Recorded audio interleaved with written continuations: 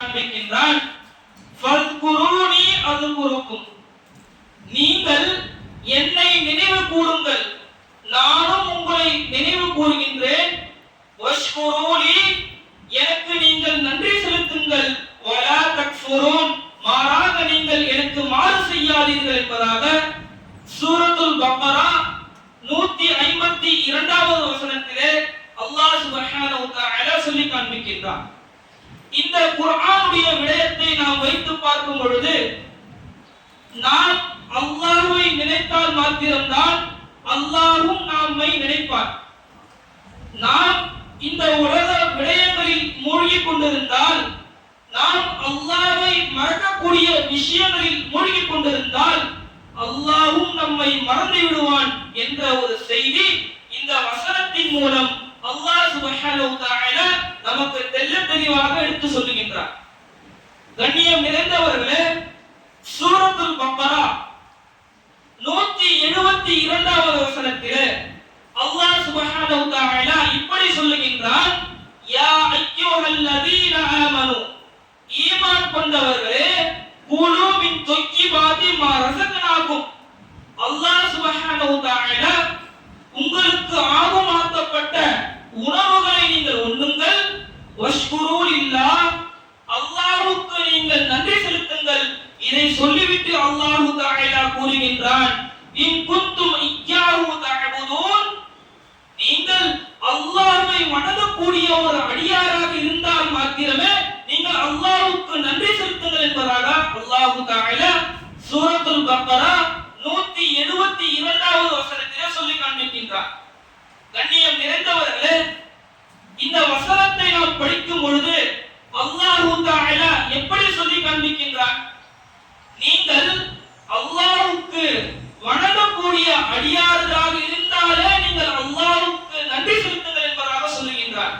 அப்போ அல்லாஹ்வுக்கு அதிகமாக நன்றி செலுத்தக்கூடிய மனிதர்கள் யார் என்பதை அல்லாஹ் தஆலா இந்த வசனத்திலே விளக்கி காண்பிக்கின்றான்.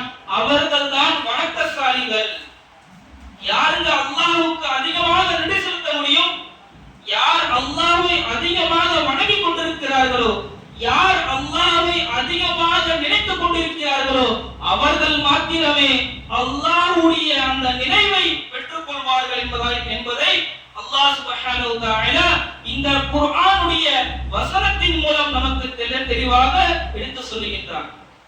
கண்ணியம் நிறைந்தவர்களே, கண்மணி நாயகம் ஸல்லல்லாஹு அலைஹி வஸல்லம் அவர்கள் கூறியிருக்கிறார்கள். புகாரி ஷரீஃபிலே பதியப்பட்ட ஒரு ஹதீஸ், ஷுஐப் ரலியல்லாஹு அன்ஹு அறிவிக்கிறாங்க, முஃமின்களுடைய விடயங்கள் எல்லாம் எனக்கு ஆச்சரியப்பட வைக்கிறது. முஃமின்கள் அல்லாமல் வேறு யாருக்கும் இந்த வாக்கியம் கிடையாது. என்னவென்று சொன்னால், சொன்னாங்க ரசூலுல்லாஹ் ஸல்லல்லாஹு அலைஹி வஸல்லம், முஃமின்களுக்கு இன்பமோ துன்பமோ அனைத்தையும் அவர்களுக்கு நன்மையாகவே மாறிவிடுகிறது என்பதாக சொன்னாங்க. எப்படி பார்க்கும் பொழுது சொன்னாங்க ரசூலுல்லாஹ் ஸல்லல்லாஹு அலைஹி வஸல்லம், ஒரு முஃமினுக்கு சந்தோஷமான விடயங்கள் ஏற்படுகின்றது, ஒரு முஃமினுக்கு நற்செய்திகள் ஏற்படுகின்றது. அந்த நேரத்தில் முஃமினான அடியான் அல்லாஹ்வுக்கு நன்றி செலுத்துகின்றான். ஒரு அடியானுக்கு அவனுக்கு விருப்பமான விடயங்கள் அவனுடைய வாழ்க்கையில் நடந்து கொண்டிருக்கிறது. அவன் என்ன செய்கின்றான்? அல்லாஹ்வுக்கு நன்றி செலுத்துகின்றான். இது என்னுடைய ரப்பிடத்திலிருந்து எனக்கு கிடைச்ச நற்செய்தி என்பதாக அந்த மனிதன் நினைத்துக் கொள்கின்றான். இது அவனுக்கு நன்மையாக மாறிவிடுகின்றது. இரண்டாவது, அந்த மனிதனுக்கு துன்பம் ஏற்படுகின்றது. அந்த நேரத்தில் அந்த மனிதன் இந்த துன்பம் எனக்கு அல்லாஹ்விடத்திலிருந்து வந்திருக்கிறது என்பதை யோசித்து பொறுமை காத்தால் அவனுக்கு அதுவும் நன்மையாக மாறிவிடுகிறது என்பதாக கண்மணி நாயகம் ஸல்லல்லாஹு அலைஹி வஸல்லம் அவர்கள் சொல்லியிருக்கிறார்கள். கண்ணியம் நிறைந்தவர்களே, கடந்த சில நாட்களாக நம்முடைய பக்கத்து நாடான இலங்கையை நாம் பார்த்து கொண்டிருக்கிறோம். எவ்வளவு துன்பங்கள் அந்த மக்கள் ஆழ்ந்து கொண்டிருக்கிறார்கள் என்பதை நாம் பார்த்துக் கொள்ள வேண்டும்.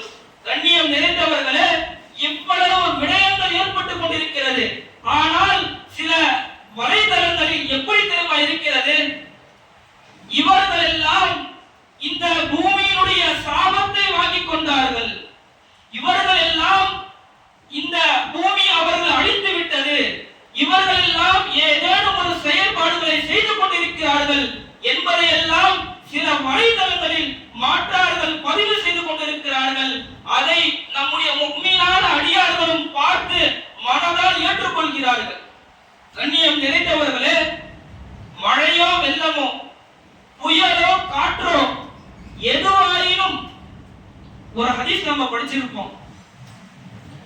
ஆயிஷா ரலியல்லாஹு அன்ஹா அவங்க கண்மணி நாயகம் ஸல்லல்லாஹு அலைஹி வஸல்லம் அவர்களை கேட்டிருப்பாங்க, யா ரசூலல்லாஹ், அல்லாஹ் சுப்ஹானஹு தஆலா ஒரு ஊரை அழிக்கின்றான், அந்த ஊரிலே நன்மை செய்யக்கூடியவர்கள் இருந்தாலும் அழிக்கப்படுவார்கள் என்பதாக ஆயிஷா ரலியல்லாஹு அன்ஹா அவர்கள் கேட்கும் பொழுது கண்மணி நாயகம் ஸல்லல்லாஹு அலைஹி வஸல்லம் அவர்கள் சொன்னார்கள், ஆம், அவர்களுடைய எண்ணத்திற்கேற்ப அவர்கள் எழுப்பப்படுவார்கள் என்பதாக சொன்னாங்க. ஆனா நாம் எல்லாம் இந்த விடயங்களை படித்துவிட்டு இப்படி ஒரு ஹதீஸ் இருக்கின்றதே, அவர்களை அல்லாஹ் அழித்திருக்கின்றான், அவர்கள் ஏதேனும் பாவங்கள் செய்திருப்பார்கள் என்பதாக நமக்குள்ள சில கேள்விகள் தோன்றும். அன்பிற்கினிய மாணவ செல்வங்களே, நாம் அந்த அளவிற்கெல்லாம் யோசிக்க கூடாது. நாம் எல்லாம் அவர்களுக்காக துஆ செய்ய வேண்டும். இந்த சோதனை அவர்களுக்கு அல்லாஹ்வின் புறத்தில் இருந்து ஏற்பட்டிருக்கிறது என்பதை மாத்திரமே நாம் நம்முடைய மனதிற்குள்ளாக நினைக்க வேண்டுமே தவிர, அவர்கள் இப்படி செய்து விட்டார்கள், அப்படி செய்து விட்டார்கள், அவர்கள் இப்படி எல்லாம் வாழ்ந்து கொண்டிருக்கிறார்கள் என்பதை எல்லாம் நாம் யோசிக்க கூடாது. அப்படி நாம் சொல்லுகின்ற பொழுது அல்லாஹ்வினுடைய அந்த தவக்குலை நாம் இழந்து விடுகின்றோம்.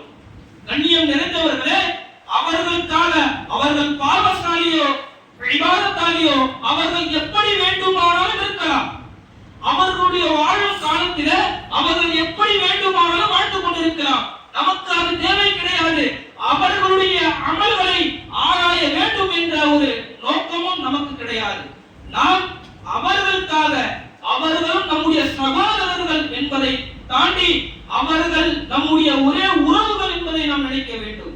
நினைத்து அவர்களுக்காக நாம் துஆ செய்ய கடமைப்பட்டிருக்கிறோம். கண்ணியம் நிறைந்த அல்லாஹ்வின் நல்லடியார்களே, நமக்கு ஏற்படக்கூடிய ஒவ்வொரு துன்பமும் அல்லாஹ்வின் புறத்திலிருந்து மாத்திரமே நமக்கு இறங்குகின்றது. சொன்னாங்க ரசூலுல்லாஹ் ஸல்லல்லாஹு அலைஹி வஸல்லம், துன்பத்திலே அவர் ஒரு மனிதனுக்கு ஒரு துன்பம் ஏற்படுகின்றது, அந்த மனிதன் பொறுமை காக்கின்றான். எப்படிப்பட்ட பொறுமை தெரியுமா? அந்த மனிதனுக்கு ஏற்பட்ட மாத்திரம், ஒரு மனிதனுக்கு ஒரு துன்பம் ஏற்படுகின்றது, அந்த துன்பம் ஏற்பட்ட மாத்திரம் எந்த அடியான் அல்லாஹ்வை நம்பிக்கை வைத்து பொறுமை காக்கிறானோ அந்த பொறுமை மாத்திரம்தான் ஸல்லல்லாஹு அலைஹி வஸல்லம் உண்மையான பொறுமை என்பதாக சொல்லி இருக்கிறாங்க. சொன்னாங்க ரசூலுல்லாஹ் ஸல்லல்லாஹு அலைஹி வஸல்லம், ஆதமின் மக்களே, உங்களுக்கு துன்பம் ஏற்பட்டு நீங்கள் அல்லாஹ்வின் புறத்தில் நன்மையை நாடி நீங்கள் பொறுமையோடு இருந்தால் அல்லாஹ் சுப்ஹானஹு தஆலா சொர்க்கத்தை விட குறைவான ஒன்றை உங்களுக்கு தரமாட்டான் என்பதாக கண்மணி நாயகம் ஸல்லல்லாஹு அலைஹி வஸல்லம் அவர்கள் சொல்லியிருக்கிறார்கள்.